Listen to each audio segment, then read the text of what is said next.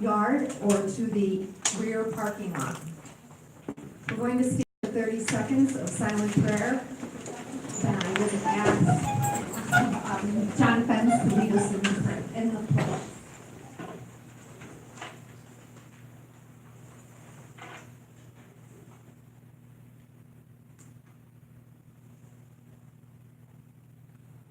I pledge allegiance to the flag of the United States of America and to the republic for which it stands, one nation, under God, indivisible, with liberty and justice for all.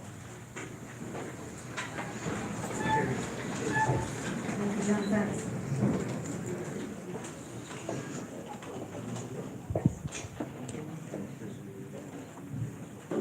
So, before we get started, I'd like to dedicate the meeting to the following: Adeline Anabaldi, Peter Libatori, Kevin Higgins, Irene Berkmeyer, Ken Stroll. Madam Clerk, if you would take the roll.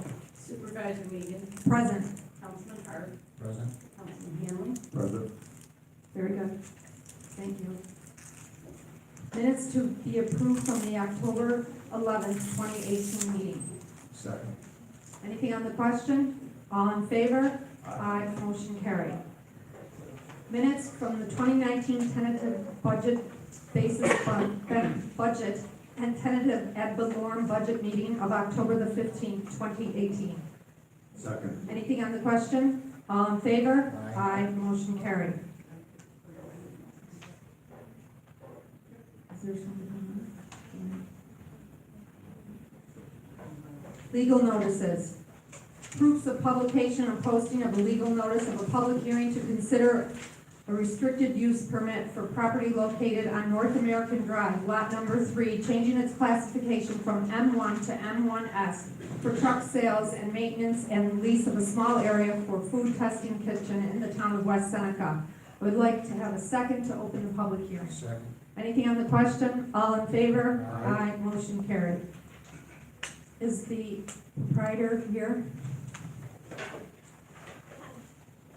I'm a representative for the project, Stephanie Henry from Silvestri Architects.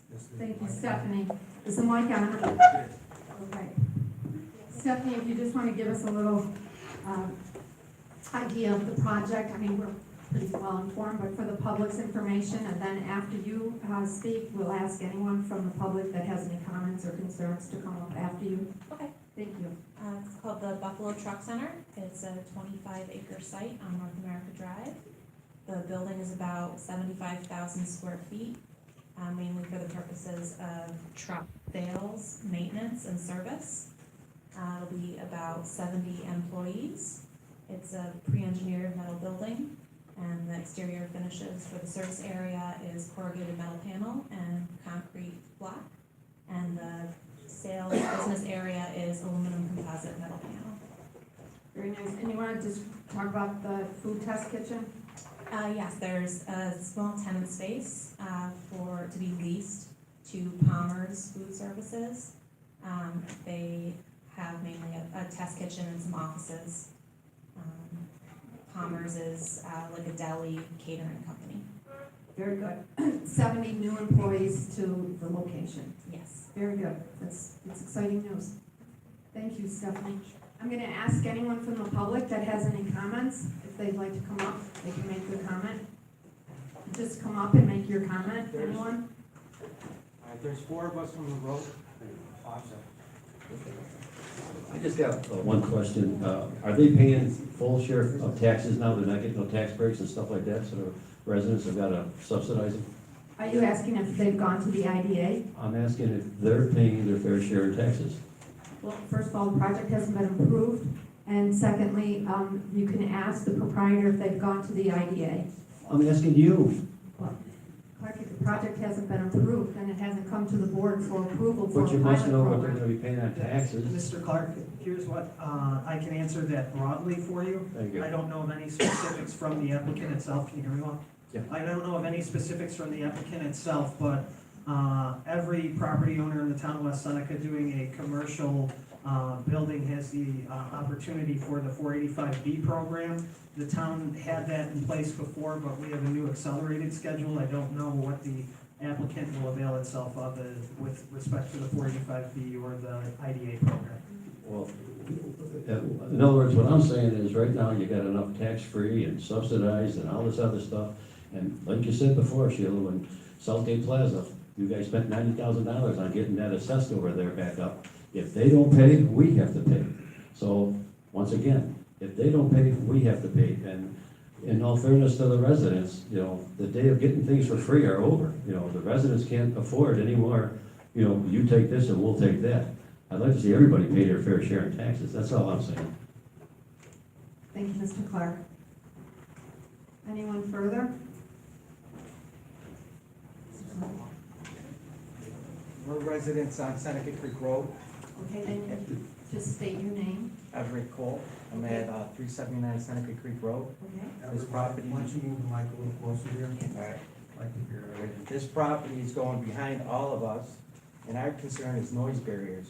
Because right now, we can't, it's like being by a throughway, there's so many semis as it is going by. We can't even have our windows down there in summer anymore. And it's so noisy, it's unbelievable. We need bigger barriers. If you change this from light industry, I'm not sure what this S is, but Special use. you're increasing more semis back there. Do you know what the sound of air brakes are? When they go through at all hours of the day, 3 o'clock in the morning, 2 in the morning. Between 7 and 9, it's an expressway, it sounds like. There's so much noise back there. And the other concern I have is, on Seneca Creek Road now, no trucks are supposed to go down there. They're using it as a shortcut to go in there now. So we have increased traffic of semis down Seneca Creek Road. The police just drive by, they don't do anything. That's my concern also. Another thing is the deer population is now coming in and eating our shrubs, destroying our property. They have nowhere to go. The more you take down, the more varmints we get. There's so much problems adding stuff back there. All of us here are asking for better noise barriers, besides a 2-3 foot little barrier. We need something bigger. And we just want, I prefer not to have this zone M1S, because all you're doing is making our community noisier, noise pollution. And we're about ready to join up for an attorney to see what we can do to stop this or get a fence up or a wall. You don't know how bad it is. It's really extremely bad. You can't sleep with your windows open. You need them shut with AC. That's how bad we're getting. And the town did take this property away. They're the ones that took it. It's not like we just bought the houses with the industry there. You're adding more and more and more. Do you have anything to add, Sam? Fumes. They have new businesses right behind them. You have backhoes all the time. You have a guy moving dirt constantly, bringing dirt in, moving dirt out. You got that sound too.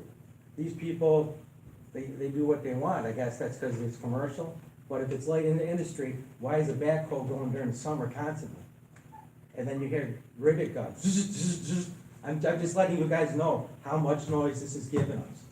Our property value should decrease. Our taxes should decrease. Because who's gonna wanna buy my house when I wanna move if that noise is behind me? I even checked in to put a barrier in my backyard. Why should I spend $2,000 to block noise, especially when you're gonna change the zone so noisier trucks will come in? That's my problem right now. Joy? I second. Basically all the same. Joy and Chris actually have properties right behind them. Plus, there's a drainage system back there. They're not even tapping into the drainage system that's back there. They're doing, what are they called? Retention ponds, which hold water, which bring mosquitoes. Why aren't they tapping into the drainage system behind us? There's a huge drainage system back there. And no one's even, you guys are neglecting that. You're letting it overgrown, you're letting it sinkholes go in there. There's big concerns down in that property, big concerns. Let me just address a couple items, okay? We have something called the Industrial Park Review Committee. We met twice with this applicant. The first thing, as recognized by the planning board chairman, was the noise and the fumes. So they agreed that there will only be new trucks not running along North America Drive. So those trucks will just be sitting there. The majority of the operation takes place on the other side of the building, on the back side there. So that was You're still one. gonna You're have still students having- from trucks being serviced. Yeah, you still and have more noises. trucks coming in. I invite you to my backyard between 7 and 9, and you could sit there and you could hear what I'm hearing. You could come to my backyard at night if you want, come at 11 o'clock at night, you could hear it. At 3 o'clock in the morning, 2 o'clock in the morning, someone's grinding back there. Yeah, I apologize That for noise that. travels, we need actually a barrier back, we need a big barrier to block this. And I'm not sure, I apologize for the relevance, this property is across, you know, not directly behind. I know it's Okay. across that, but right now, we have, what I'm saying, right now, it's barely bearable. You add more you add there with semis, the noisier it's gonna get. Is there any buildings directly behind your property that Yes. currently have? Okay. These two are Yeah, done. I apologize, I didn't, And there's a bike shop to the other side, so yes. yeah, that motorcycle place, correct? Right, Yeah. that one's quiet, that's all right. Okay, But when you add more trucks, you have Cobb's trucks, you have Wegmans trucks, you have milk trucks, you have some kind of fuel trucks going. And when they come through, they use those air brakes that make, it's so noisy, it's unbelievable. let's see, I speak generally, right? I don't think this business is going to add drastically as the entrance isn't remotely near you. You know, it's kind of before the S turn, right? It's right behind us. Right. It's across the road, but it's Right. It's right behind behind our us. property. We're also bringing to the board that we need noise barriers, because the little ones you're building are not good enough. And we're asking the board to do something before we have to do something about it, because it is bad, it is noisy. You're creating, the whole road is bad. We could probably get more seniors in here if you want, that have the same idea as us. This is just a quick 4 right now. What was your address again, sir? 379. Sam, what is yours? 399, 399. Joy? 415. 415. Chris? 419. 419. one thing you gotta remember though, this wind is blowing dead to our property from the back. It's always blowing to the back of our house into our property. Which when they do something back there, I gotta keep my windows closed, I can say raise the dust and the fumes. You know, we smell that stuff, it comes in there. And they got young kids there. And then the trucks are using our street as a shortcut through there. And they speed. I've called many a times and complained about it. The one time they had radar for one day, that ain't stopping them. We're getting more and more trucks we're getting. And someone keeps taking the sign down. I've complained, they put the sign back up, no trucks, and they still come down that street. At least 2, the last 3 days, 2 every day. At night, they got that real extended tractor trailer. I don't know how he makes the turn to get on our street from Line Road. There's the one right out, that's the sidewalk going down. The brand new sidewalk you put by the fire department, they're riding over that. We didn't build that. but- No, I'm just saying that the semis coming down the road they're not supposed to be, can't make the turn, but they're going over the sidewalk. Our, They do. our street has become a runway, it's a shortcut. Everybody comes down there, they're flying down there. We've had, how many trees they removed? They took out a telephone pole, because we're getting all this traffic now through there, and they don't pay attention. The one time I had to complain around 3 o'clock, 10 after, the school bus is coming, and these guys are flying right by the bus. But basically, we're asking for noise barriers, Yeah. higher than 2 feet. They put 2 feet, little shrubs this high, they dare eat the shrubs and well, how's that blocking noise? That's what I'm saying, we're getting more traffic because of this now. They've taken out all the full-grown trees and they're replacing it with miniature stuff, and the deer are eating all the baby stuff. There's nothing left back there that they even tried to put in to make it A private. barrier, yeah. Well, let me address the noise first, it's not, and I understand, because I live right by the thruway, I live by a toll booth, so I hear the same noise you guys do all night long. But the noise you're hearing isn't the air brakes, it's a jig brake that shuts off half of the engine, and that's what makes that rumbling noise. I'll ask the highway superintendent to post a sign over there to discourage or not allow the use of jig brakes on that street. There's no need for them. Thank you. They use that will stop, hopefully that'll help with the rumbling noise. It won't stop the truck traffic, but it'll stop the rumbling noise. That will help, thank you. That'll be the first start. I'll ask the highway superintendent to sign up over there to, so there's no more jig brake use allowed. Okay. One of the things they did, they built a 3-truck building back there, which they're working on. I think that's where that grinding noise, 3 o'clock in the morning. I'm a light sleeper, I don't sleep that easy. And I can hear it's either grinding or welding or doing something there in the middle of the mornings. And I'm not the only one who's heard it, but I'm a light sleeper, anything wakes me up quick. And I can hear that humming and the grinding, it's like a cutting steel or something back there. But they are working on those trucks back there, you can hear the noise. You probably hear it during the summertime when their garage doors are open and your windows are open. So I'm sure that happens.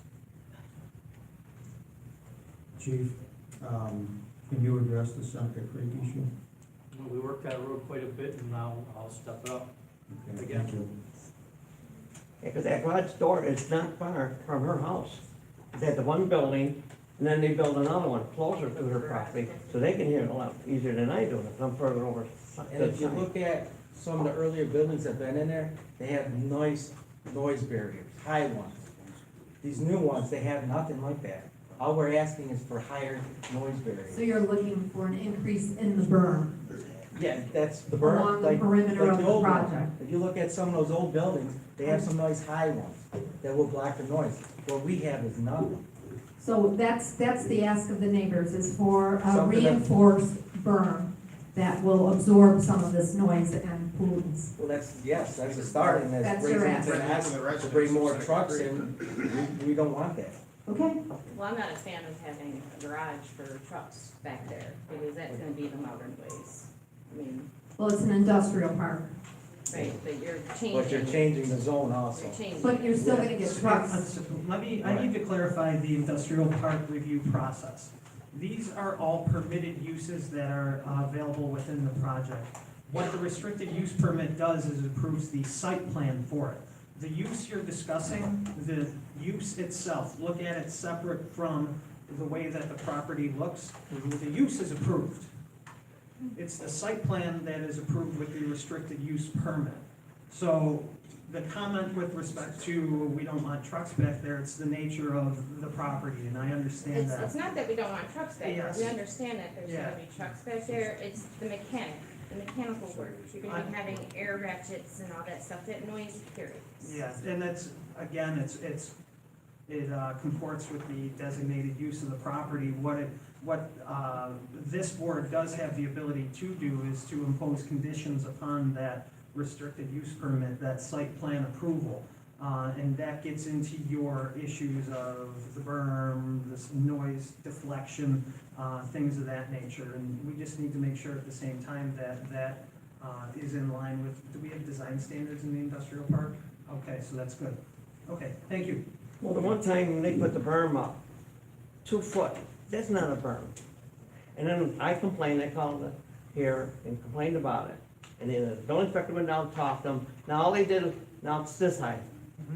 That noise, it ain't blocking the noise whatsoever, it's just, anything they do, we hear it real simple. Well, the trees, I think, were supposed to end up trying to grow together and, the They're all thought dead. process. Yeah, and they're Doesn't happen decimated. I mean, tomorrow. it's, Yeah. you can't even, there's nothing gonna grow together now. Well, we could ask the proprietor to increase those trees to make that living fence, if you will. We can go out there and talk to whoever it is that you're referring to. We have your address. We'll take a look at that. But as far as the project itself, it fits the industrial park. The project's bringing 70 jobs, but at the same time, your ask for a reason, and it's a reasonable request, to have a berm that is going to help with the noise and the pollutants and all the things that you're concerned with.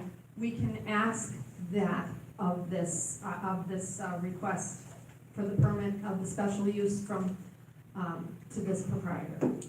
You know, the one thing we had a complaint about, when they're doing their construction and everything back there, she has younger kids and girls in the pool. They stop and stand there and just stare at them. Well, that's a police issue, sir. I mean, we can't control their staff. If they had a berm high enough, they wouldn't be able to see over it. Exactly. But And I we know can that's see them just standing disturbing. there, gawking at them, you know? That's You get a little, disturbing. trained about that. Do you know what the height of a berm's supposed to be? It depends on the request, John, Jeff. Because the older buildings, the original buildings have high berms, and the ones that have just been built have the 2-foot ones that are beamless. Yeah, Rain's washing it How away. can we have a higher berm It's then? beautiful. If we had a We higher that all the way berm, down the way most of our One at noise a would time. be knocked One at down. a time. there is a standard, and it requires 5-foot trees on top. Now, the question becomes about the height, generally that's in the 3-foot range, right? Because the higher you go, the wider you have to go. there's currently a project that was constructed, but they can't get the trees. So they planted, as you say, I think they're 2 foot tall, but it's much farther down the road. Well, how did that get passed if they're supposed to be fine? They can't get the trees, they had to drive to Ohio to get them, is what they were telling us, so. You go on Craigslist right now and get trees 5 foot high. These, it's not done yet. Well, I'm just saying, they're easy to get. It's not done yet, we didn't, it's not officially closed out yet. All right, I'm just saying, go on Craigslist, you can find it. And the berm, we require for the properties abutting your property, so we agree with you there. It may be difficult, we can maybe ask them for more trees, but this property's across the street. Right. So it's hard for me to make them put a berm on, because they don't own that property behind them, that's gonna be the difficult. This is also our opportunity to come to the board Yeah, for to sure. let you know the problems we're having. For sure. And we'd be much happier if we had higher rooms. We're also gonna go take a look at the existing berms, check out the flora and fauna that's supposed to be there, and require them to replace damaged and destroyed trees with something that is not going to become deer salad. So, I appreciate it, so thank you. we'll work on that. See, right now, where we are concerned about, like I was saying, privacy, we have no privacy there Right, anymore. I understand. You know, we do what we can, you know, and put up with what we can, but it's getting way out of hand. Like I said, it's getting so bad that they're coming around there and shooting down our street. We have no sidewalks. The kids are standing out there waiting for the buses and stuff to go to school. And, you know, we're a little leery, because we've had people, like I said, run off the road in that. Lucky there's no one, like, on her property. If her kids had been playing out in the lawn, he would've ran them over. That one guy went right over the lawn, and luckily there was a bed pipe he got hung up on, or he would've drove right through their house. And this is what we're putting up with. It's getting a little unsafe there. Well, I am asking, I did ask the chief to address that issue, maybe a little more intense, patrol of the street. If the trucks are not allowed there, then they should not be there, and they should be ticketed. And it's your responsibility when those situations come up, that you call and you let the police know. And now I can't see you all the way, but I know you're making an expression, so if you wanna come up and tell us what your concern is right away. We've called and we know, what are they gonna do? There's nowhere for them to turn around. That's the responses we get, so you get sick and tired of calling. Okay. That's good to know, and I'm sure the chief will address dispatch regarding that response. Thank you. I'm gonna ask the petitioner to come back up. Stephanie, if you would be so kind. Can I just do one more request, as you guys could just look into it, is the deer. The deer is getting so bad, eventually people are gonna be hitting them on our road. I'm not lying, I got like 20 of them on the backyard. They're just more, the more you take down, the more they come in, We and the know. more they're gonna go across Seneca Creek You Road. know, unfortunately, Bait and shoot maybe? that's what, we do that along Fisher Road with City of Lackawanna, but we're well aware of the deer situation in the town. All right, thank you. Thank you so much. I wanted- Stephanie? Can I say one thing? One thing you can laugh about is the one time I came home, and they had a chopper flying up in the air. It came down, went up, came down, went up. I'm going, what the heck are they doing back there? So I walked back there to look. There was a herd of deer on the road. They couldn't use the road. They bring the helicopter down, chase them away. As soon as he went up, they got right back on the road again. They must have been out there a good hour trying to chase them away. Oh, my goodness. There's your story, John. Thank you. Thank you. Stephanie, what is the opportunities to relieve some of this concern that they have, that you could offer to the board for the approval of this? I think maybe a berm and, you know, some landscaping along North America Drive to reduce, you know, any noise that the project might give off. Could you offer those 5-foot trees? I can ask the owner. So would you be fine with us tabling this tonight, and then you're circling back with us, and then advising us the position of the owner as far as what his recommendations are to the board that he is willing to do as a compromise to the residents? I think we would prefer an approval with conditions, Okay, so rather the- than tabling the project. So the conditions the board will put in play is that there will be a berm with 5-foot trees. And that's acceptable to you as petitioner? Yes. Okay, is that acceptable to the neighbors? Thank you. Very good, very good, okay. I'm gonna Yeah, ask if let's- there's anyone further. Can I have an opportunity to Yes. better define that for you? Yes, thank you, John, please go, town attorney. So it would be a berm along the northerly portion of the property or parking lot. I'm looking at what you have here in your plan, and it's a lot of paving up into the street. Would you have enough room in your buffer, to toss a berm in? We would take a look at the site plan and work with the civil engineer to see where we could locate that. Sure. The majority of the noise, if any, would be coming from the shop area, which is, a certain one side of the site. So that, I would recommend that if the board were to, adopt a resolution approving the restricted use permit tonight with a condition, that condition be that an industry standard berm be placed along the northerly portion of the site from the bend at North America Drive to the end of the property. And that there be 5-foot trees creating a fencing effect there. John, would the trees have to conform to our tree ordinance, or would pine trees be sufficient in the industrial park? I actually would, the tree should be approved with the input of code enforcement. It would be code enforcement would have to approve the type of tree. Issue being, these folks say that there's a ton of deer back there, you don't wanna put up deer food. Can I say something? We were told, when they started drilling back there, they would run the berm all the way across back, all our properties and stuff. That's why we agreed to do it, we'll figure all the good protections we need in there. But it just seems like it's just not working. They said they would do it, and it wouldn't be a low one, because that ain't a berm, as far as I can see. That'd be nicer, because as soon as they do something else, we're gonna be back there again, And I understand, it's good that you folks have come out tonight, this is the first time we've really seen that. The the owners of the industrial park have not heard these comments from the public yet, and they do pay attention to this, because they know they need to have properties that are marketable back there, properties are marketable when they're approvable. If you guys are coming in with issues with it, it makes it a little bit less desirable to come in and have a project that you can get approved, and I think this is a positive step forward. Thank you. Thank you. Let me just make sure, is there anyone further? Okay, very good. So I'm going to make a motion to close the public hearing. Second. Anything on the question? All in favor? Aye. Motion carried. I'm gonna make a motion to approve the request for a restricted use permit for property located on North American Drive, lot number 3, changing its classification from M1 to M1S for truck sales and maintenance and lease of a small area for food testing with the condition of a industrial standard berm along the northerly portion of a buffer with the bend of North American Drive with 5-foot trees creating a fencing effect, and the trees will be approved by the code enforcement office. I'll second that. Anything on the question? All in favor? Aye. Motion carried.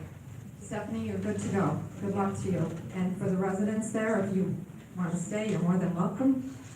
Otherwise, hopefully this will work out, but keep in touch. Okay, moving on to item number 2, in the legal notices, approve the publication and posting of a legal notice of a public hearing to consider a local law, amending local law number 2018-4, amending chapter 62 of the town code for dogs in the town of West Seneca. Second. I'd like to make a motion to approve the public hearing. Second. Open it, thank you. Anything on the question? All in favor? Aye. Motion carried. Anyone from the public that has any comments or concerns regarding this local law? Could I provide a brief synopsis before the public speaks, Supervisor? Yes, thank you. Town Attorney John Fens will speak. All this law, this is a simple modification to the town's dog ordinance. Previously, the town was holding dogs for 5 days from the time of seizure, be they identified or unidentified, before they're presented to the SPCA. Recently, we've been revising some of our policies with the SPCA. This is one of those items that they requested that we change because it gives a better opportunity. One, it takes a little bit of the burden off the town, and 2, it gives a little bit of an opportunity for the SPCA to handle, manage these dogs, possibly get them out for adoption. So it's another step in the great partnership that the town of West Seneca has with the SPCA.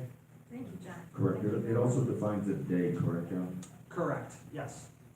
Very good. Thank you. Anyone from the public that has any comments, feel free to come up and make your comment. Any board member have any additional comments? There being none, I'd like to make a motion to close the public hearing. Second. Anything on the question? All in favor? Aye. Motion carried.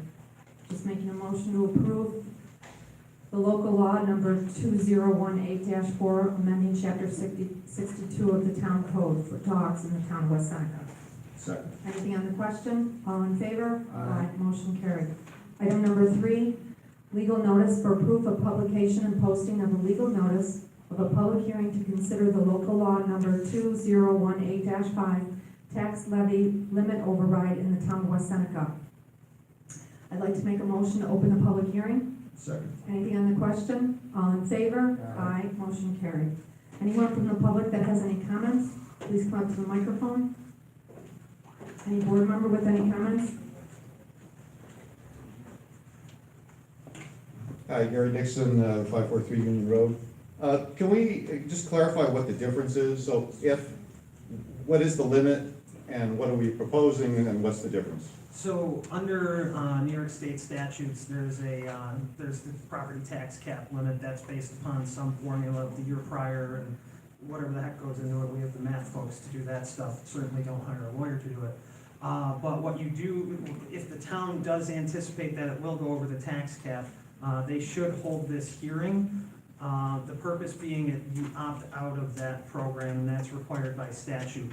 So what I'm recommending to the board tonight is, since I understand they're not intending to pass the budget tonight, they're still working on the revisions, conduct the public hearing, hold it open, listen to folks, and if the budget does exceed whatever the established property tax cap limit is, then this local law would need to be approved prior to adoption of the budget resolution. Right, what I was asking, what's the limit? This year's tax cap is 2%. Okay, and the supervisor's budget was 3.9, 3.9? And it was like roughly 1 point something million, right? You remember exactly what the increase was in dollar value? No, I don't know off the top of my head. It was like 1.5. Yeah, so roughly half, you'd have to, in order to stay under the cap, you'd have to cut 600,000-700,000. Right.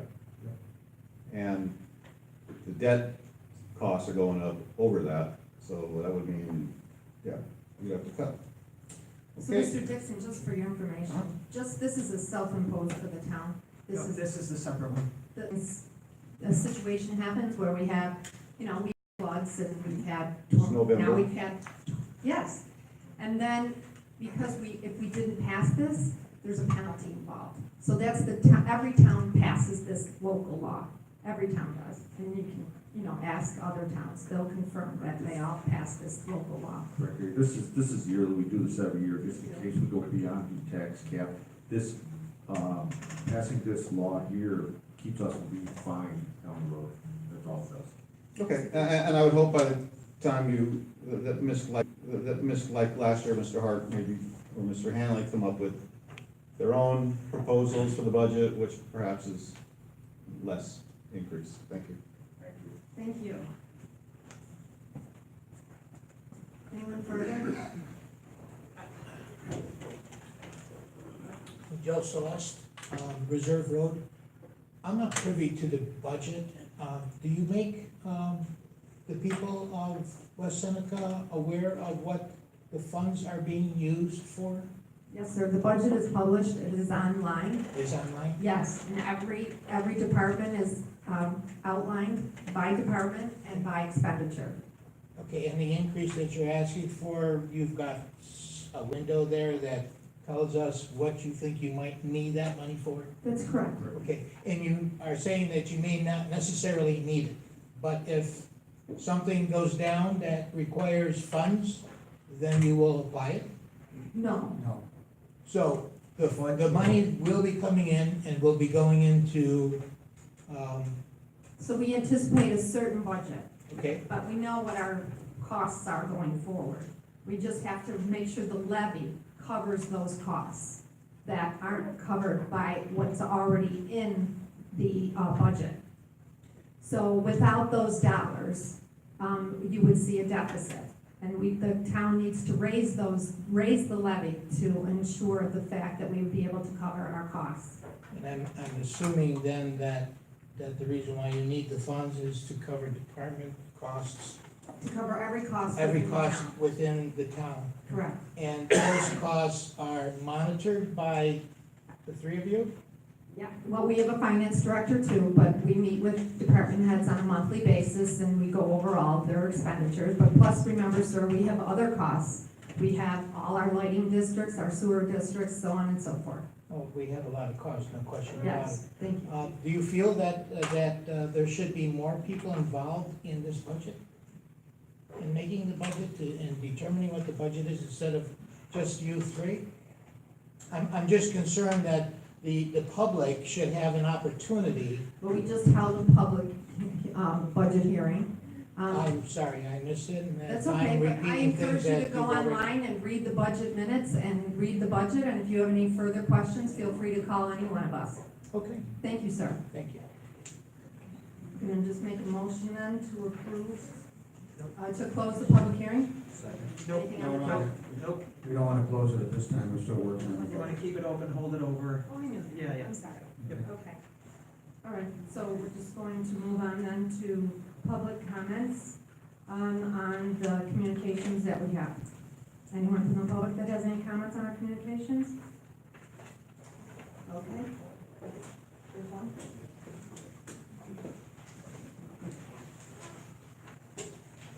Communications? Which communication, Mrs. Kim's? Susan Kim's 99 Covington. Just going forward, Mrs. Kim, you don't have to give us your address. Under communications, item 2, code enforcement officer regarding rezoning request for 101, 105 Center Road and 3080 Seneca Street. Yes, your comment? I have a comment and a question. So we're presently looking at property that is zoned C2 at 101 Center and at 105 Center and 3080 Seneca Street, R65. You're looking to change to an M1. Okay, first of all, the proprietor, the owner of Union Concrete is looking to change those, from those zoning to the M1. Just so you know, this board has an obligation by law to send this to the planning board, which we will do that tonight, and the planning board can make the recommendations coming back to us. I believe there'll be another public hearing. So this is a request of the owner to change all the zoning into an M1.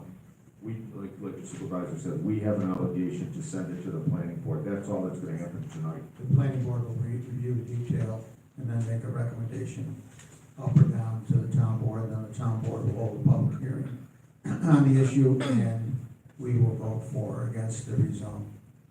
Wouldn't the zoning normally go in front of the zoning board? Not in this case. Zoning Board of Appeals only handles variances, rezone. The Zoning Board of Appeals handles variances, use or area variances or interpretations.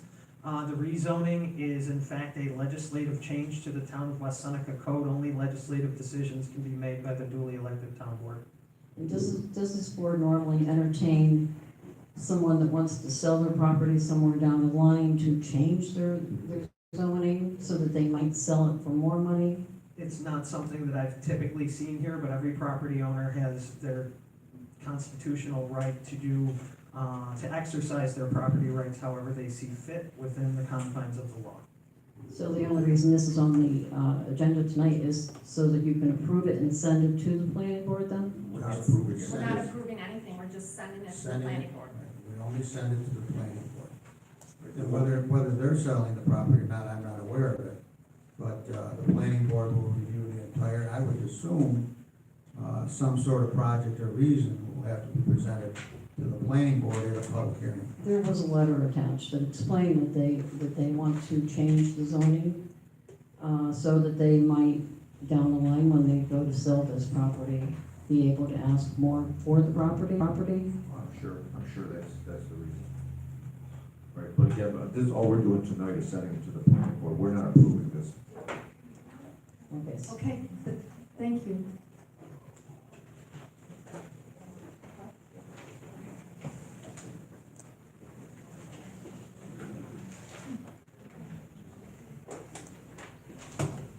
I don't know if this is the time, but, It's only the time, Mr. Clark, if you want to talk about agenda item 1 or 2. okay, you're gonna have issues with the public later, right? Always, yes. Okay, Thank you so much. Is there anyone further? Okay, then we're gonna move on to communications. Item number 1 is from the supervisor's office. Kindly authorize the supervisor to sign and submit and execute the contract with Erie County Community Development Block Grant Program. This resolution will approve the following State Development Block Grant Program. This resolution will approve the following streets: Emporium Arcade to the dead end, Gordon, and Gordon to Emporium to Harlem. Anything on the question? And Eldred Street. Did I say it by mistake? Okay, there we go. Good catch. Any second? Second. Anything on the question? All in favor? Aye. Motion carried. Item number 2 is from Jeffrey Schieber, Code Enforcement. An application has been made to the town of West Seneca to rezone 3 parcels owned by Union Concrete on Center Road and Seneca Street as outlined in the rezone process of the town code. The first step is to seek the referral from the town board to the planning board. Second. Anything on the question? Yes, on the question. Do we have to send this up to the planning board? Yes, we do it by law. Where'd our attorney go? He just stepped out, only wasn't, I forget. Yes, but by law, Jean, we have to send it to the planning board. We cannot deny it. Anything further? All in favor? Aye. Motion carried. Okay. Now, Jean has something under the matters of the public, but before we get to that, I'm going to make a motion to accept Jeffrey Schieber's Code Enforcement Office Building and Plumbing Report for September of 2018. Second. Anything on the question? All in favor? Aye. Motion carried. Approval of the warrant. Second. Anything on the question? All in favor? Aye. Motion carried.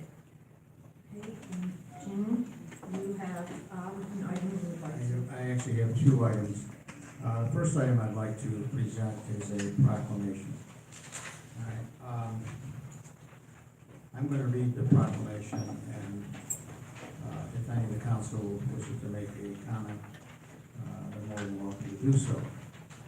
Whereas it has been brought to my attention, or to the attention of the town council of the town of West Seneca, that Rachel LaRussa, Rachel is here tonight, a 14-year-old freshman at West Seneca East Senior High School, has exhibited astounding love and sensitivity and service to the citizens of the town of West Seneca, not often displayed in one so young. Whereas Rachel LaRussa has created an outreach program for the homebound, disabled, chronically ill, and for those in need of tender loving care. Whereas Rachel was inspired to take action because her grandfather, in his later years, needed extra love and attention with the infirmities of aging causing him to become homebound. Rachel observed her grandfather's spirit soar whenever strangers, friends, and acquaintances reached out to him with messages of friendship, hope, and love. She observed that messages, cards, and letters received by him were so precious to him that he kept them near, often reading the cards and letters over and over. Rachel, inspired by her grandfather's response to cards and messages, created LaRussa's legacy of love. Whereas Rachel is a busy freshman at West Seneca East Senior High School, she is a secretary of a church youth group, a member of the West Seneca East varsity tennis team, and is active in the Key Club, student council, and class council. In spite of her busy schedule, in her spare time, Rachel creates beautiful handmade cards for any and all homebound, hospitalized, or nursing home residents, each receiving a personalized, inspirational message of love, hope, and encouragement. Hundreds of cards have been created under Rachel's own hand, and dozens of our loneliest and neediest have received a touch of joy in their lives. Therefore, for exceeding all standards expected from most citizens, of Rachel's youth and circumstances. With hard work and dedication in scholastics and athletics, as well as in our community, especially in service to our elderly, homebound, and handicapped in need of special attention. Now therefore, I, Sheila Megan, Supervisor of the Town of West Seneca, William Hanley, and Jean Hart, members of the West Seneca Town Board, extend congratulations and best wishes to you in your efforts and declare that October 23rd, 2018 as LaLusa's Legacy of Love Day, a special day in recognition of Rachel LaLusa and her fine works, and as an inspiration to all citizens to become caring, involved citizens in our town and nation. Congratulations.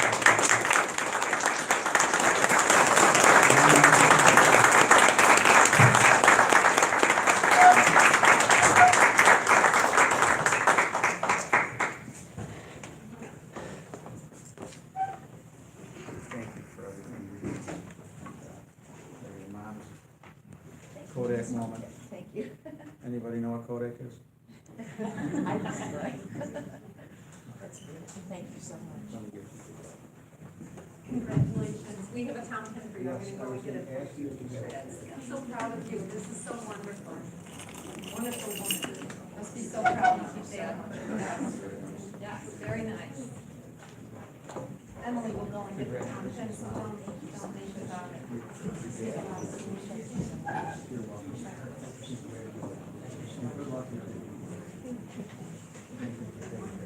Wonderful. Thank you very much for raising such a fabulous young woman.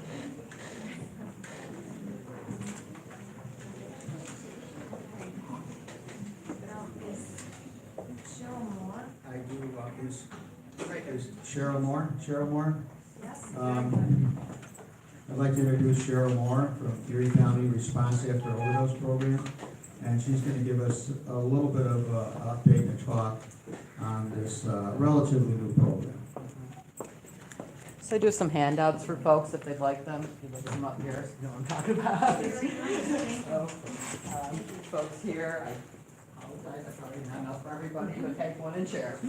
So I'm Cheryl, I'm from the Health Department in Erie County, and one of my prime roles there is to run the opiate task force. Task force was started by an executive order in the year 2016, and it was started Executive Order 14 to address the epidemic. The deaths are really off the charts. But in Erie County, interestingly enough, compared to everywhere around us in western New York, we're making inroads and our numbers are going down. Part of it is these types of programs we're putting in place. What I've shared with you is a lot of the data that's there. The latest data that comes from our medical examiner's office, we are on a downward trend for deaths. Our high peak was 301 deaths. That was in 2016. That number was unbelievable.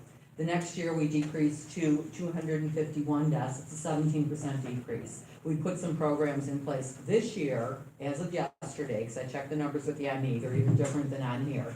We have 125 that are confirmed deaths due to opioid overdoses and 42 pending, currently. What that means is 42 that are pending, we're waiting for toxicology screens to come back to find out what's going on. They probably aren't all due to opioids. But showing you that trend, it's starting to go down.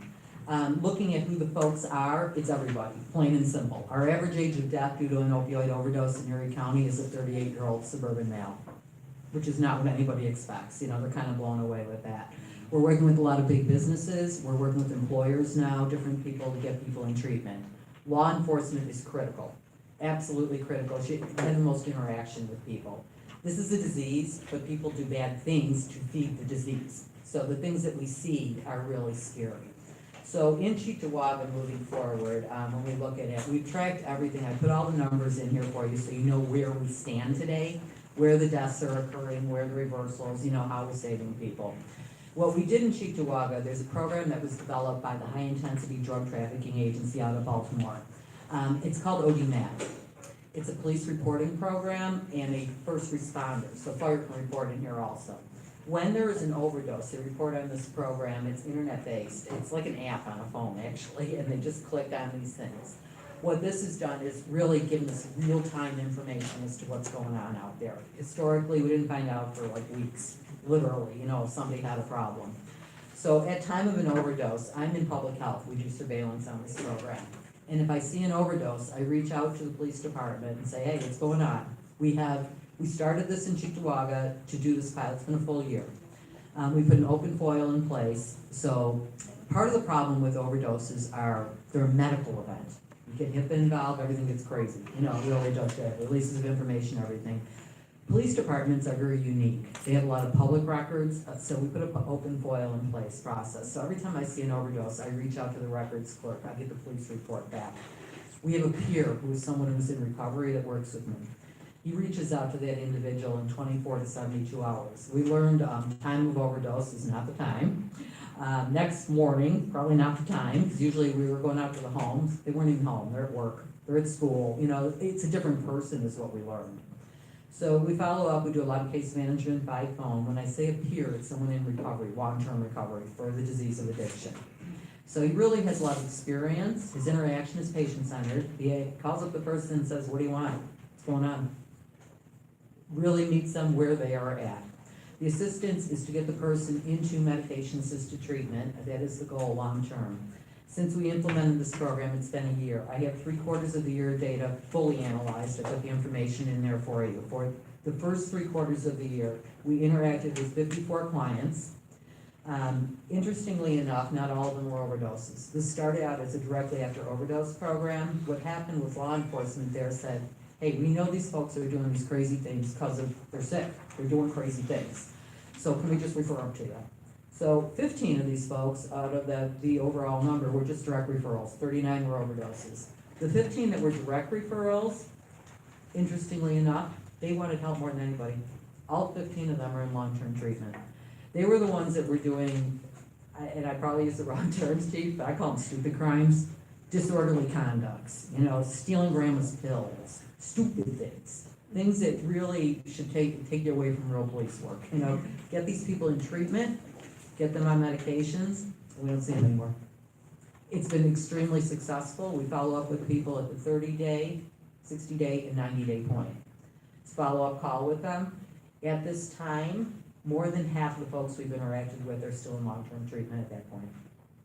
So in a nutshell, it's really connecting people to care, breaking down the barriers, getting them in treatment, getting them off police rolls, getting them back to work, back to school, functional members of society. Congratulations. I mean, you're making some great strides. We're making great, and it's our community. Our community's awesome. Can't thank y'all enough. We're awesome. It's awesome people here. I will share with you, our numbers are going down. Every county around us, the numbers are going up. So it's something here. It's the community. We're decreasing, you know, we're really decreasing the folks that we're losing, but we're also increasing getting people to treatment. Long-term treatment. It's not short-term. And the beds are more readily available now? It's not even about beds, it's about outpatient treatment. And putting someone in, and these are some of the things we've had to learn, putting someone in inpatient treatment for 28 days, 60 days, whatever it is, you've taken them out of where they live. They don't know how to deal with triggers. They don't know how to deal with any of these things. This is a chronic disease. You got it for the rest of your life. So you have to live where you live.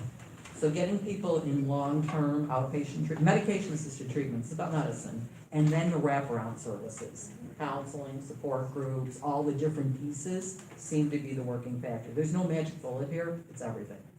It's also engaging the families. The peers are very good at this. Families they're just devastated. They don't know what to do.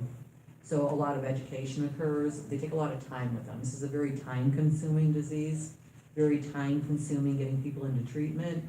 When people are overdosed, they're like, I'm fine. They're not fine, but they will tell you that because that's how this disease works. So these programs, you said you're about a year into it. Mm-hmm. Right. How many years do you think you'll have to track, for example, the 15 you mentioned?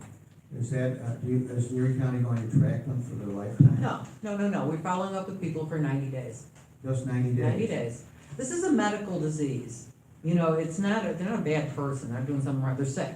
Right. So at the 90-day point, and this is any other chronic, I'm in public health, any other chronic disease, if someone has established that behavior for that long, for 3 months, they pretty much own it. So we do follow up with them. I know 2 young people who died of overdoses eventually.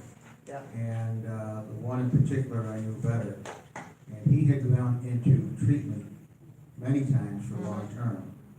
And there were times when he went beyond the 90 days you're talking about. Right.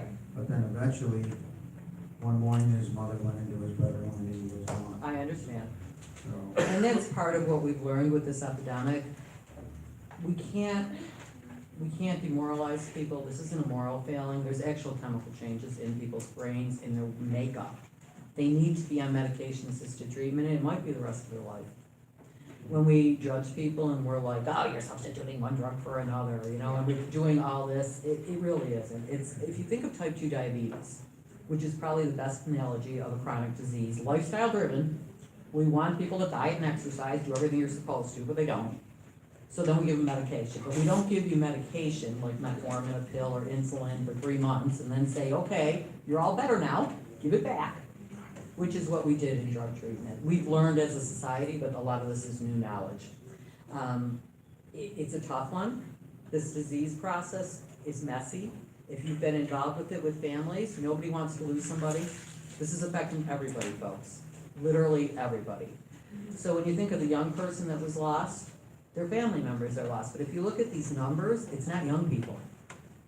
They're the ones that tug at our heartstrings. This is everybody. one young man was probably 31. Yeah. The other one was 22. Mm-hmm. Yep. I mean, our average age of death is a 38-year-old suburban male in Erie County. That has been consistent for 4 years due to opioid overdoses.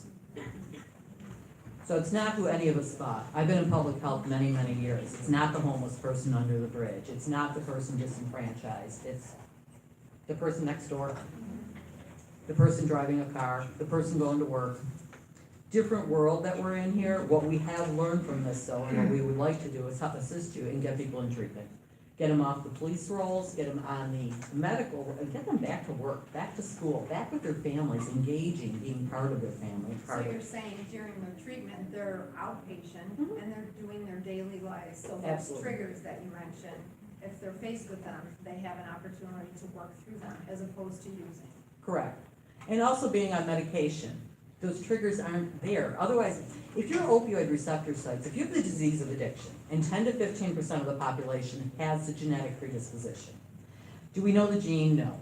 But we know, like, if you have gambling, a problem in your family history, alcoholism, serious overeating, you know, like you have to have surgery, I probably wouldn't take an opioid. Wouldn't do it. It's that same trajectory with a family history. So 10 to 15% of the population. 80% of people addicted today started with prescriptions. So they're all messed up. They're like, but the doctor gave it to me. I'm like, yeah, not the bag of dope. You know, but this is how it steals their brain. So they completely are, they're just trying not to be sick. Trying not to be sick. So getting people into the right treatment, they do better. So who does the outreach? How is the outreach done? You know, you have an overdose on day one, our local fire department takes care of them, Mm-hmm. and then, And if they input it into this ODNAP program, okay, what will happen is I'll reach out to that department, we'll set up an open FOIL process. I'll get the report back, and we have a peer that will reach out to that individual. okay, so. That's somebody in recovery. So the local fire department should reach out to you. I've trained the fire departments here already. I don't know if they're on ODMAP at this point. It would be good if they were. It would be great if they were. Yeah, I mean, I am one of those guys, and I have used it before, and we are required to report to you. I know, I usually get the Once we push paper. it, so- I get the paper. But the paper is different than the electronic. That's a different issue, so. Completely different issue. So, this is something I didn't know, are all of our fire district company personnel trained? I've trained three of your companies. I've trained Vigilant, Seneca Hose, Union? Union. That I can remember off the top of my head. I've been with fire hose. Vigilant, Seneca Hose. Does that sound right? Yeah. Yeah, we provide the Narcan, we always will. You know, we're more than happy to do that. I just need the reporting back. On the reporting end, I know here law enforcement does not carry Narcan, but you could do the reporting if you go to all the overdoses. This is something that needs to be worked out amongst you folks. You could do the reporting end of it. You know, it's a good collaboration with law enforcement and fire too, so you know what's going on. So just working it out so that we can get the peer linked up with the person and get the person to treatment will stop a lot of the nonsense, plain and simple, the nonsense. In the last reporting of the Police Chief's Chronicle, Lieutenant Gould from Cheektowaga wrote up the stats from the police perspective. I don't know if you saw the article, I did bring a copy of it for you. They've decreased what I call silly crimes, the disorderly conducts, the stealing the neighbor's pills, the stuff that people are only doing because they're sick and they're doing silly things. So if we can get that away, you can deal with the real things. How do you get around the HIPAA laws? Police reports are public knowledge, they're foilable. Police reports are foilable. This has been the difference in it. It's not a medical record, it's a police record. Anybody can foil a police report. And it was quite interesting because Channel 2 foiled every single overdose police report from Buffalo Police and they gave them every single one. Like, since 2014. You know, I mean, they foiled every single one. I don't know what they thought they were gonna learn, but, you know, but they are a foilable, they're a public record. So this is how this worked out. Other things that have happened that have been very unintended have been this direct referral. Law enforcement came to us and said, 15 of the folks we interacted with were just direct referrals. They didn't overdose. They came and they said, well, we know, you know, they're breaking into the next door neighbor's house. I caught them going in there to steal the pills. Can you do something with them? Yeah, we will. And we'll get them right in treatment. Disorderly conducts, there was a bunch of them. And it was just people, disorderly conducts out of control. And getting them off of their roles. So direct referrals can also happen from law enforcement. And they're receptive. Oh, extremely. Those 15, every single one's in treatment, long term. We heard the horror stories from them. I mean, this was about breaking down barriers. I'm on a waiting list here, I'm on a waiting list there, I don't know who to call here, I don't have, you know, it was like every excuse, we've been able to work through them. Get them insurance. If that's your problem, everybody can get insurance. We'll work with you, we'll get you insurance, if that's the issue. If you are on a waiting, well, let's get you in somewhere else. Today, things are different. Treatment is available in every hospital and every emergency department of Western New York since March of this year. So things are changing drastically. So if we could do this together as a community, I'd say, like I said, our community's really cool. We're saving people. We're doing something in Erie County that they're not doing anywhere in this country. The numbers are going up everywhere. Our numbers are going down. That's Really such- cool. Well, it's a compliment to you, Cheryl, and we want to Oh, thank you. yeah. And there's a lot of young, Billy told me there's a lot of young kids in the audience tonight who are in our high school, and they come here for what they call participation in government. Mhm. So you've just given them a lot of good information to share with their friends, and I hope they do. And they will. And I thank you. They're great kids, so think about it. It's just my ask. Come together on it and we can help you. We'll Thank try. you so much. Thank you. Thank you for taking time tonight. Thank you. Thank you so much. Is there anyone, from the public that has any questions for Cheryl? No? Okay. Well, you gave us a lot to think about, so thank you so very much. Thank you. Thanks for listening. You're very welcome. Is there anyone from the public that has any comments or questions? Sheila, can you speak up? We can't hear you back here. I'm liking that. Thank you, Clarky. I'm sorry, I turned my mic off. Dave Kim's, Covington Drive. I have a copy of the town board minutes from August 27th of this year. Under the issues of the public, one of the things, status of Citizens Budget Committee. Councilman Hart supported creation of a Citizens Budget Committee that questions its form and who will serve. He will bring a resolution to the next town board meeting. Supervisor Megan, Councilman Hanley stated they also had no objection to forming a Citizens Budget Committee. Well, what I'm finding out, Dave, it's a lot harder to write a law, not a law in this case, but to create this committee. I actually sat for several hours today with the finance director, and we are working on a draft that I want to share with the town board when we have it. But I need to have the cooperation of the finance office, and I would also need to have the blessing of the supervisors of whatever design we come up with. There are, it's not, as I found out, it's not a cut and dry thing to do. So I'll continue to work on it till we have something, but it's gotta be right when we do it. I would suggest that you might have a meeting with the public to get their input on what they would like to see what this budget committee would do, or whatever, okay? I know it's gonna be recommendations is all that's gonna come from, and that's fine, that's what we want. But I think a lot of people in the public would like to work on it, and I think if you want, you would get the cooperation of the finance department. Well, I know you're a member of, an active group that, does discuss the budget, and I'd be more than willing to come. And I suspect they would be the individuals that might attend the meeting. And Well, I'm I'd sure there might be more people that would be interested in the budget, Maybe. you know? But I'd be glad to come and discuss it with them, but it's turning out to be a little more complicated than I thought it was going to be. And you could make it contingent to dissolve, December 31st of 2019, so the next elected town board can make a decision if they wanna move on with it or not, or discontinue it, or change it, or.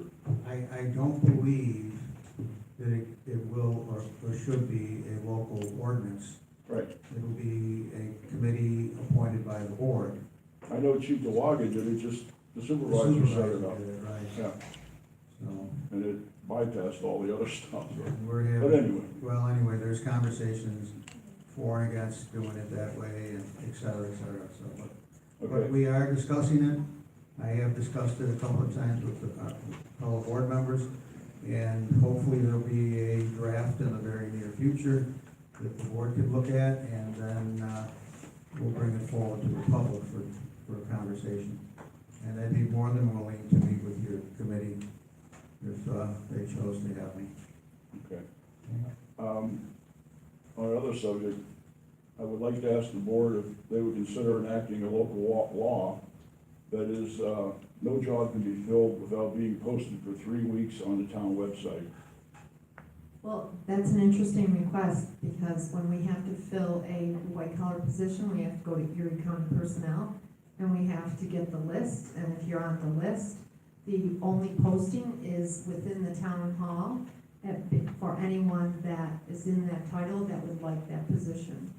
So, as far as highway and positions in highway, they come from sanitation. So you move from sanitation to go into highway as a laborer or an MEO or et cetera, et cetera. So that's how those positions are filled. So if you're looking for part-time positions, we hire people all the time. And that request is always on our website. And currently, we are looking for clerical, part-time. Okay, I got another one. Sure. Consider a local law that puts term limits, 2 terms on any elected town officials. I gotta take both of those. So, to the first, every time that the town passes a local law, it has similar, under municipal home rule, it has similar principles to federalism, where if the federal government makes a law, the state can't act where the federal government has acted. With municipalities, it's a similar principle that where the state has spoken on a particular subject, the town itself cannot. One of the things specifically that a municipality cannot do under its police powers is set term limits, because that would be contrary to the provisions of the town law that set forth the terms of the elected officials. So that goes to the term limit question. With respect to the hiring, it's not as clear as it's not as clear as it is with the term limit question, although the civil service law speaks to the hiring requirements of all government agencies, counties, towns, villages, things like that. I don't know how far we could go with that 3-week rule, be it for a union position, non-union position appointment. I'm not sure. I think we would be running into a tunnel that's already taken up by other cars. John, I'd be curious to know, it's my understanding that the town of Amherst has term limits. Do you know how they establish that? I have no idea how they've done it. I'm absolutely certain. I know that the supervisor timed out this year, and I believe several of the board members did. Okay, I was not aware of that. I'm just wondering something maybe we want to take a look at and find out how it was done. Sure. Yeah, that's what I'm asking. Okay. And the last thing, I don't know if it would be a local law or what you would call it, allowing increases in salary for elected positions taking effect only after the next election for that office. I mean, it's great to be able to increase your own salary, but Of course. not too many places can do that. I actually, for example, I know that the contentious one is the supervisors. Of course, she didn't increase her own. She had a vote of the board. And that's the same situation with the highway superintendent and the town clerk. And for years, under the reorganization meeting, there was an extension of all the benefits. I mean, I'm sure we could, go back on some of that, I'm not sure, but the town clerk or the town supervisor or highway superintendent get raises in conjunction with the white collar and blue collar. And that's written where? That's in the reorganization minutes. Excuse me? The reorganizational minutes that are held every year, the first week in January. So that's the way the town has done it for forever. So if you don't do it there, then it doesn't happen, correct? Correct. Thank you. Thank you, Mr. Kemmons. Anyone further?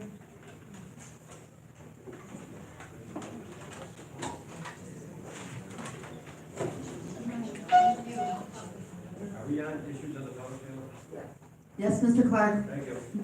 Thank you. Why don't you come on up? Hi, So I can see you. Paulette Forrest Celeste on Reserve Road. I hate to bring up a truck issue, but I've noticed this summer that Reserve Road became the semi-tractor trailer driving school route. And it does concern me because we don't have sidewalks, I don't want sidewalks. But we have a lot of pedestrians on Reserve Road, bicyclists, children, the kids, 7-Eleven, I see them going all day.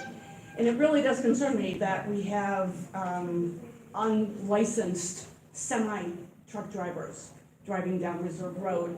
And I know I've seen, and I think it's the other side of Reserve Road between Orchard Park and Union, that, because we're Orchard Park to Southwestern, that has a sign for no trucks. And I understand, you kind of can't put a blanket no truck. I mean, we've done a lot of renovation, we've had stuff delivered. But is there a way we can do something about non-licensed truck drivers driving up and down Reserve Road? Well, your concern is that of ours also, and we've brought it to the state, including our senator, that truck driving school. There's three of them, there were three this Yeah, summer. they're doing their road tests on East and West Road. There's no trucks there, but they're coming out of the state school. That's where they're located. Their hub is at the state school property. So they're using this location where both East and West and Reserve Road clearly state that there is no truck traffic, and yet they continue to do this. And I will ask you to call, and I continue to call too, and I know the board members have the same concern. They even had the audacity to park one of their tractor trailers in Fireman's Park parking lot, and advertising the same. So that being said. No, which school did that? Yes, it's just as troublesome and concerning to myself and this board. Okay, all right. This one I'm referring to Jean, if a citizens budget committee comes about, I am volunteering for it. And one other thing is I received a phone survey and it had asked me if I was in favor of the number of councilmen members being changed in West Seneca. Is that a topic that is forthcoming? It's on the ballot. It's on the ballot in November. It's nothing the town is advertising. That's from a different group of people that are asking that poll. It's a poll. Okay, yeah, that's what it was. All right, thank you. Thank you for stopping. Have a good evening. Anyone further?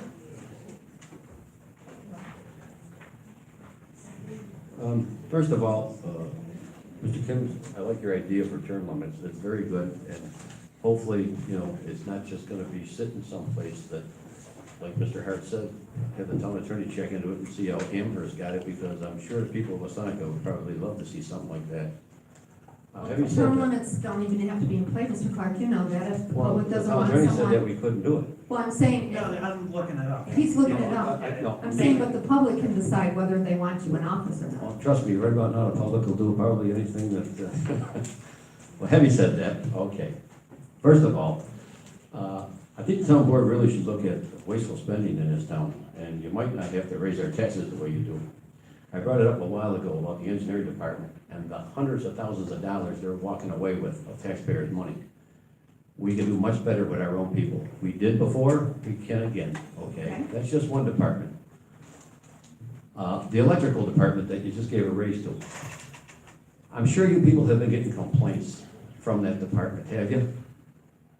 Street complaints, nothing is an email, nothing formal, but we've heard the same comments that you guys. have. Okay, well, does he have an electrical company himself in the town of Waseneca? I believe he does.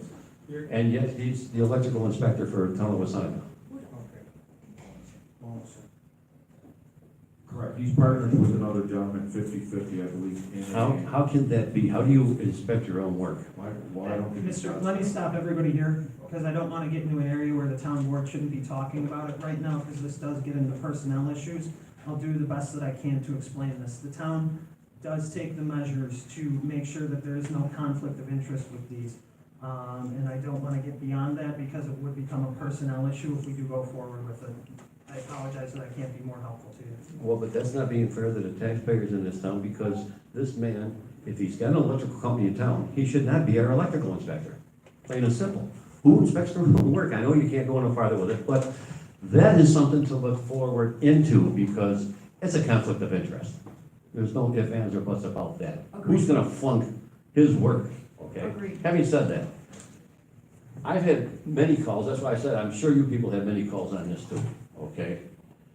Commonwealth, when we had Commonwealth in here, they would come in and inspect remodeling jobs and new builds, okay? They come in, inspect, away they go. Mr. Lomason, and it's been noted many, many times, correct me if I'm wrong, he's created an awful lot of money for this town by gouging the public. And when I say gouging the public, I mean going back, not once, not twice, 3 times, and every time someone's gotta pay for this. Is there any reason, Commonwealth, they would come in and they would say, this is wrong, this is wrong, this is wrong, and that's wrong? They didn't come back and say, that's wrong, oh, by the way, I gotta charge you again because that's wrong. Oh, by the way, I gotta charge you again because that's wrong. That's gouging the public, that's taking advantage of the people in this town. Yeah. That in itself ain't fair. Right, and the next speaker behind you, we had a conversation when we came in, if that's happening, I'm not aware of that, but I'm not saying it's not happening, we are not gonna. Well, would you talk to Mr. Lomason and find out, and if he denies it, by all means, let me know, and I will try to get, people don't like to come here and talk, it's not easy, okay? But people, this has happened to people I know, they called, they told me. Another thing, why is he going out generating work? Okay, like I said, he's supposed to do remodeling, he's supposed to do new builds. There's no way this man should be running around town, looking at old services, going into a building, and saying, that's an old service, it's gotta be done. I had an individual call me one time, the town sent 2 letters out to her. She called the electric company said, your service is okay as far as we're concerned. Called the town back up, and the town didn't ever send any more letters. But to intimidate these people, and I think that's what's being done here, they have to come to the town, get a permit, and have some work done, when it doesn't necessarily have to be done. This man is going above and beyond and out of the box just to create work, and it's coming out of the taxpayers' money. Yeah, That's wrong. Right, if that's happening, I'm sure we'll find out very soon. Well, again, you want me to bring people in. Please do your homework. Please ask him. If he denies it, please get a hold of me, and we will get people in here to basically find out the truth. How's that? Absolutely. Now, we don't need an electrical inspector in this town. Orchard Park got rid of him. We didn't get rid of him. Orchard Park got rid of him. And why? Because Orchard Park didn't want him no more. He was probably getting caught doing the same thing in Orchard Park. No, that's Mr. not Clark, true. you That's not are true. misinformed. Okay. The town of West Seneca decided not to continue the relationship with Orchard Park with the electrical inspector using Steve Lovinson. That was our decision. We have a Okay, shared well, service agreement where you. Do you agree that it would be better for the taxpayers in this town to have Commonwealth come in here rather than have this gentleman come in, get another raise, by the way? No, Get no, a Mr. raise. Clark, we're not doing that, but thank you for bringing Well, that. in other words, you're just gonna spend money like there's no No, Mr. tomorrow. Clark, not having Commonwealth here has brought a lot of revenue to the. Well, yeah, you're gouging the public like I No, just that's said. not true, Mr. What you're Clark. doing is, Mr. you're Clark, not only that's getting not true. taxpayers out of people, but now you're finding ways of getting more money out of these people to feed your coffers. That's not true, Mr. Clark. That is true. Commonwealth used to keep that money, we never got those revenues, so thank you. But you're coming up with work that don't have to be done. If that's So, true, If that's true, you're making us brushing a very broad stroke here, Mr. Clark. Talk to the senior citizens that got letters, just go back and look at the letters that were sent out of that office to the people in this town, and why. Mr. If Clark, it ain't a we new will. build, it ain't a new house or a new build or whatever, then it shouldn't be sent out to the people telling them that you got this We'll take a wrong. look at it, Mr. Clark. We By absolutely the way, will. you're gonna find out that he's being gouged and we shouldn't have them. Thank you, Mr. Clark. Anyone further?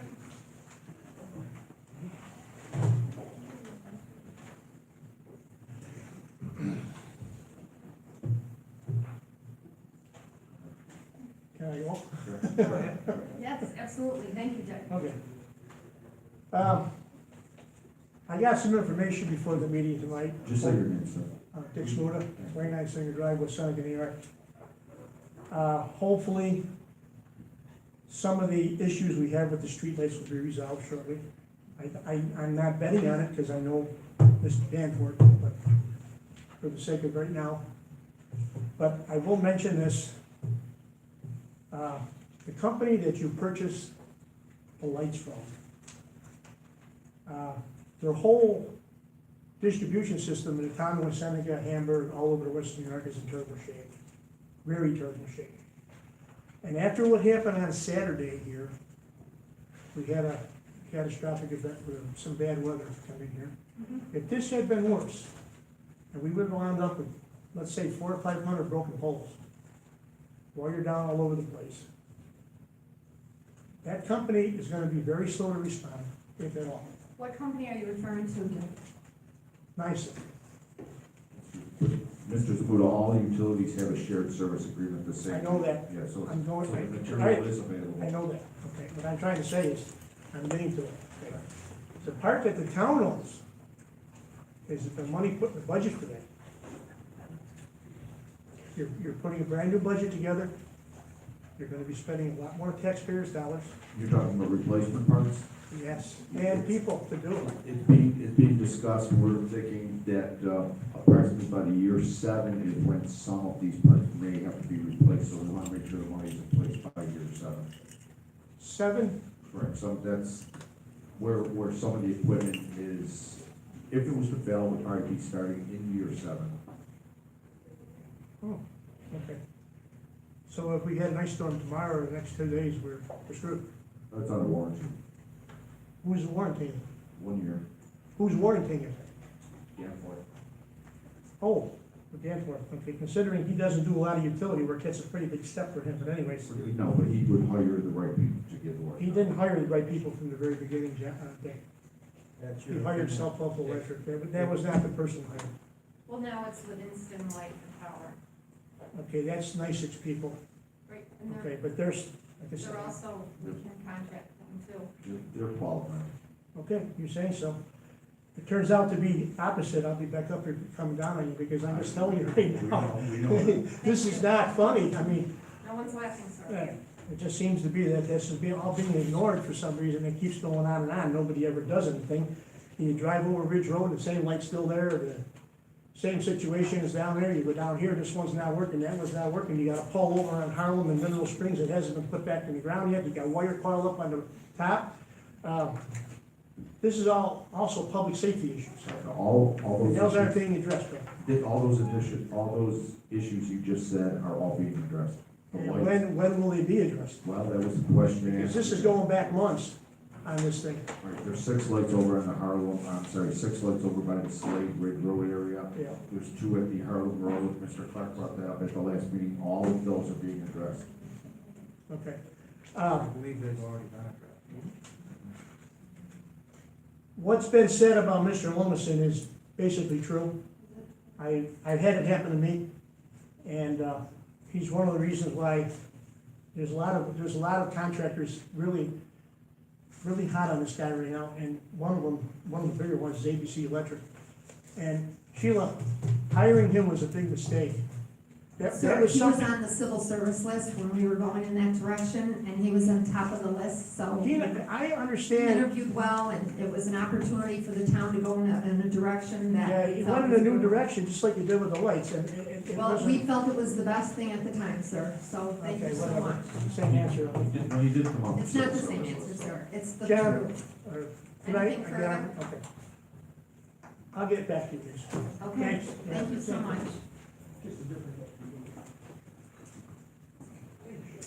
I'd like to get back to the, Gary Dixon again. The, question 2, I didn't see Mr. Hart's vote. Did you vote yes or no for question 2, the rezoning?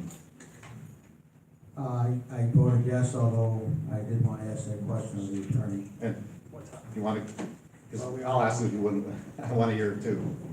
Could I vote against referring Union Concrete to the planning board? Yeah, I mean, there is nothing that compels the vote of a councilman to do what, yeah. Would it have gone to the planning board? I don't think that's a supermajority rule. The only place I know the supermajority rule for rezoning is to come to the actual application before the board where there's been a submission of a petition against the particular rezone.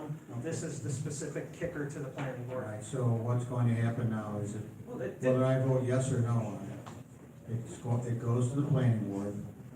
The planning board does their public hearing on it. All of the residents of that area will get their additional time to protest against that particular, I think there's going to be letters mailed to the neighbors, et cetera, et cetera. So there'll be quite an extensive public hearing on it, I'm sure.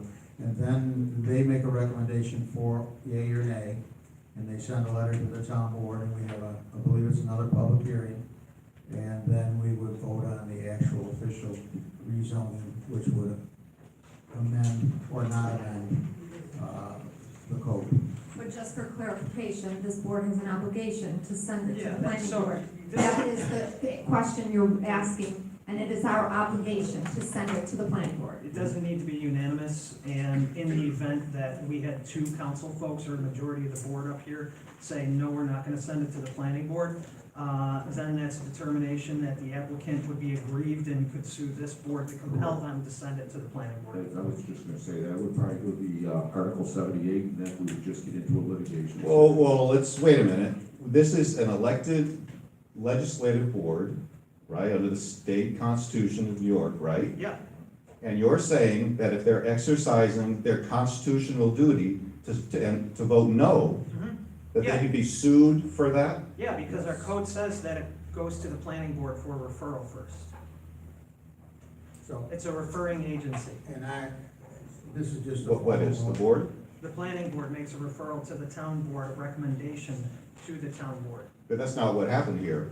You guys voted to refer it to the planning board. Correct. That's kind of like For the a opposite. recommendation That's our to the job. town board. Right. That has been the way that it has been happening since I was too young to drink, 19. That's just when I started working here, and that's the way that it's been.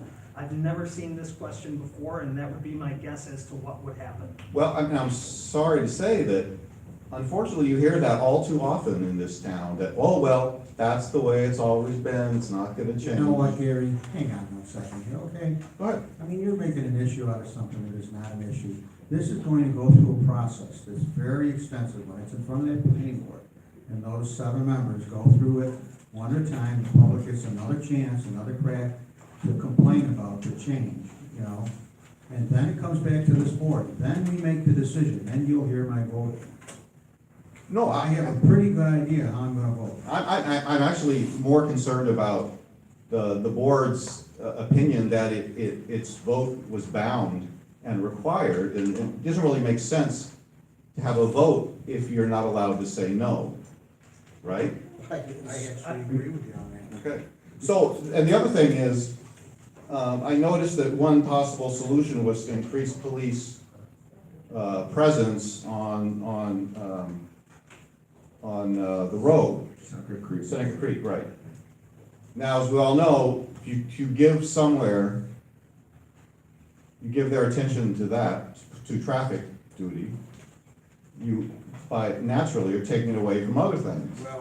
Well, can I please finish without being interrupted for once? Please, just wait, just hold on, just let me finish. You'll get all your chance you want.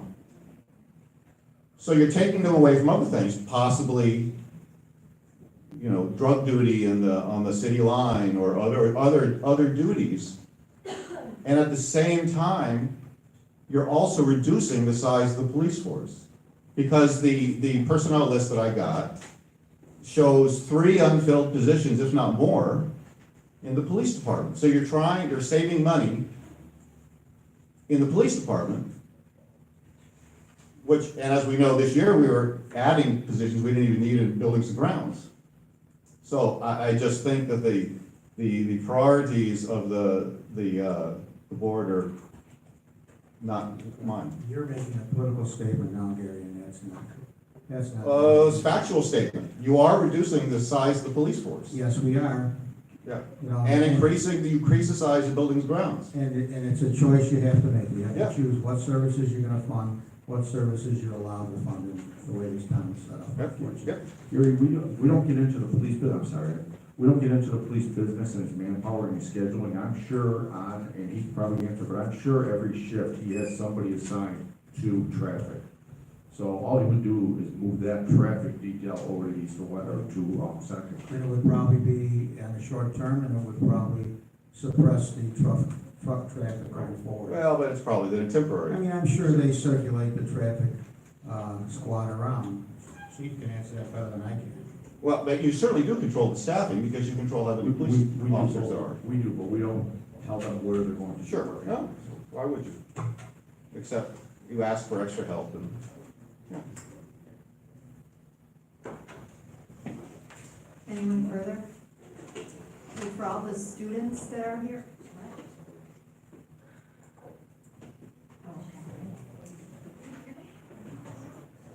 I know, I'm sure you can look past me. No, I can't see that She far. can't see that far. Okay. So I actually had 3 questions. Right now, it seems that we're doing basement inspections throughout the entire town. Is that correct? Sump pump inspections, or let me say illicit discharge inspections, not basement inspections. They're not going in and looking at basements to find what you have, what you don't have. They're just going to make sure you're not discharging your water where it shouldn't be going. I think at another town board meeting, I did hear that we are doing basement inspections throughout the town. Is that No. correct? Basement inspections are directed, we've had this conversation, are directed at illegal hookups, like the sump pump is not by law allowed to be hooked up to the sewer. And there's many buildings in West Seneca that were built that way in the 70s, and they are hooked up. There's also, different types of utilities that are not allowed to be hooked up to the sewers. So all we're doing is saying you have to disconnect that sump pump and run it out to a bubbler or whatever. So if they found Downspouts, we're also, I'm sorry, downspouts are also inspected, to make sure they're not hooked to the sewer. I think, Jeffrey, maybe I will speak, I think when your basement, they see something, and I'll use the word quality of life, they have to report that, but they're not there to inspect your basements. So I would ask that, because I actually heard this from someone from your department, that basement inspections were being done in all homes in the town. Eventually. Yeah, I mean, you're classifying just basement inspections as these inspections by the engineering department. So yes, you are correct. And so it has nothing to do with the consent order. Yeah, that's exactly why they're doing that, correct. The consent order only applies to 2 districts in the town, 5 and 13. I apologize, I don't know the answer to that. I do. I know it verbatim. But we are doing additional work under the direction of the DEC and other districts So no matter where the hookup is, it's illegal. So in order to mitigate it, we have to have them disconnected. So we do have other consent orders from the DEC? Not that I'm aware of. Okay?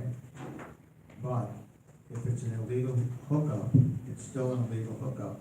And we're going to be doing work in almost all of the sewer districts before the entire job is done. Now, you know, I'd have to look, John, maybe refresh my memory. I know we had that meeting with the DEC, and we're talking about, I wish the engineer was here, he could help. But we're doing different phases of the project at this point going forward, and we're probably inspecting in the additional phases that are part of the DEC project. Sue, also, if, let's use my house, if I had a basement inspection, a sewer inspection, a sump pump inspection, and I did not allow that, Erie County is coming in and doing the fines. Erie County is assessing fines, starting with $100, increasing if you don't comply, then it's $100 per month. That's Erie County. We have to do the inspections. If you don't let them into your basement, or I don't let them in my basement, they have the right to fine you. Under this consent order, I realized that you do have to inspect those basements. It's part of what was signed and agreed to by this town. It did not say every home in the town. It said District 5 and 13 only. And I'm not even certain that we're doing every home in the town at this point. But if it's an illegal hookup, it's an illegal hookup. It's our obligation to disconnect it, because if those hookups are not disconnected from the sewer, that's increasing the cost of operating that sewer, because that's gallonage. That's when it rains and these downspouts and that sump pump is working 24/7. That's a lot of additional water that goes into the sewer, causes the sewer to become supercharged. And in years past, it used to cause many, many basements to flood. Now we were able to handle it because we have, I think they're called speedies permits, where we do pump when we become supercharged. But in any event, anybody hooked to the sewer, no matter where they are, they can't have an illegal hookup because it overtaxes the system. And then we're sending gallonage into the city of Buffalo, which we're paying for, more gallonages than we should be paying for. We should just be processing sewer, not rainwater. And I do understand that. What I don't understand is, how do you know which houses have the illegal hookups? And is that why we're doing That's why there's every basement in the town? Yes. And do we have an idea of how much it cost us to do a basement? Well, homeowner doesn't pay anything. No, I'm talking about where you're paying an employee to come in We and have do one, the we have inspection. one employee that I know of right now that makes appointments and does the inspections. Okay, and I'm not even sure at this moment that we're actually trying to do every basement in the town. I think we're doing the basements in the areas first where we think there could be, just simply because of the age of the neighborhood. That's the way it was done. Anything further, Mrs. Kim? Yes. We have the budget that you're probably right now looking at to see where you can cut, if you can cut anything. I'm wondering if a 2-week recycling might be something that could be considered to, if it would save us money, as opposed to doing it every week. So we did bring that up, and it was part of our original contract when we went out for bid. We added that as a line item, and we could switch at any time. You were at the budget hearing last year when we brought that up along with the swimming pool, and our emails were overwhelmingly against switching recycling to 2 weeks. And I'm sure you also saw the uproar that was on Facebook. It was probably the biggest uproar I've seen, and we've had some big ones. So, I mean, I know you follow that. Well, I've lived in the town for over 40 years, and I have not seen the taxes go down. I have not seen them maintain. I've seen them go up every year, and I'm only suggesting things that may be possibilities. The only problem with that idea, Mrs. Kim, is this: the public is not for it. And if you're going to tell them that they have to recycle every other week, they're going to put their recyclables in their garbage. Our tipping fees will go up even higher. All of those dollars come out of the general fund. So the only other alternative, which was mentioned, and you're not going to get anyone in this town to agree to a garbage fee. And that would not go over. So we're encouraging people to recycle, and if this is the way we can get them to do that, then that is the way the town will move forward. Do you have another question? Would we entertain a moratorium on hiring, on new hires in this town? Well, you can't do that because you have people retiring, and, you know, this year we're going to be adding police. That would be a replacement, that would not be, Well, it would be a new hire. That would be a new person. I mean, the police department's going to see probably, I don't know how many retirees, maybe 6, 7, 10. You're gonna see a whole new board. You're going to see, other people retire in the town. So to say not to hire anybody would really put the town in harm's way. Okay, anything further? yes, I wanted to go back to November 13th, 2012. And I have a question that goes with this. Councilman Hart stated that the salary of principal engineering assistant includes the base salary, longevity, estimated overtime. They are working to curtail the overtime as much as possible, and it's constant discussion with the department heads. Councilman Hart noted that the energy project is providing updates, and an automated system is being put in place at the pump stations.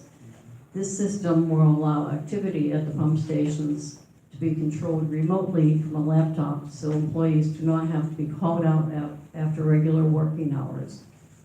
Is that system in place? No, I believe the SCADA system is in place, but the mechanics to work that SCADA system have not, so. I mean, most of that, it's all, we know where all the appliances are, use the word appliance, we know where all the utilities are, but they're not connected to a central workstation. Most, if I understand correctly, most of the overtime has to do with the pumps at the high school, that every couple of hours need to have gasoline put into them to keep those pumps operating. And have we looked at replacing that with a larger pump? If it's going to be something that's going to be, or a pump station? That was that siphon that we've discussed many times where the way the system works over there is a big bowl, it fills up, it flushes across the creek, it fills up and flushes. We need something that constantly flows. We don't need something that fills up and flushes. That's the problem over there. And that's our ask with the DEC to allow us to spend that $300,000 to put the siphon in and remove those pumps from there. They've been there since the 60s. Since I was a kid. So And that's even like the third. DEC keeps saying no. But we keep asking. Thank And you. and that is the only way that we could resolve that problem, or, But that's a huge part of it, because they have to go and fill it up with diesel. I mean, I don't know how much, I'm assuming it's gasoline that runs the pump, but I'm not sure how much the tank would hold. I think they fill them up every 4 hours, so, but I think somebody has to go over there every 4 hours. Exactly, so we have a gentleman that may be going on Yes. during the night overtime, maybe double time that we're paying him. He gets paid automatically for 4 hours to pour some gasoline into a pump. Or in the other pump site, if there's any other pumps up in town, yes, that's correct. But now Maddie has it cycled out, so some of the guys who are on nights during the winter, they do it. Right. The question was asked at the budget hearing, what have we done to curtail overtime? Matt English and I have sat down with his employees, and specifically the sewer department, they can't just come in and fill it up on their call. All overtime has to be, the highway has to be approved by the department head prior to them coming into work. Yes, and we've reduced sanitation by 3 bodies too. But the gentleman, as I understand it though, the sewer department has been under the guise of the engineering department. Mr. Tanner has, Three and three. has, There's 3 and 3. Three work for engineering, 3 work for highway. but Mr. Tanner was the one that was overseeing the overtime that was questioned a year or so back. That's correct. Now they call in, Matt English has to approve overtime before they can, for the sewer department. So something, we have looked at overtime and we have addressed it. So, yeah, that was a question at the budget hearing. Overtime has to be approved. But we could not entertain getting a larger pump that had a larger We have. DEC wouldn't approve it. That ask has been made, Mrs. Gibbs. Anything further? That's all I have. Thank you so much. Anyone further? Okay, I know we have a lot of high school students here, so before we close out the meeting, I'm gonna ask, I wanted to just remind everyone, thank you for all those men and women who have served this great country and continue to serve, and I would ask all the high school students to come on up here, and any one of us here will sign your stuff so you can get home before 9 o'clock and in bed. Move to adjourn.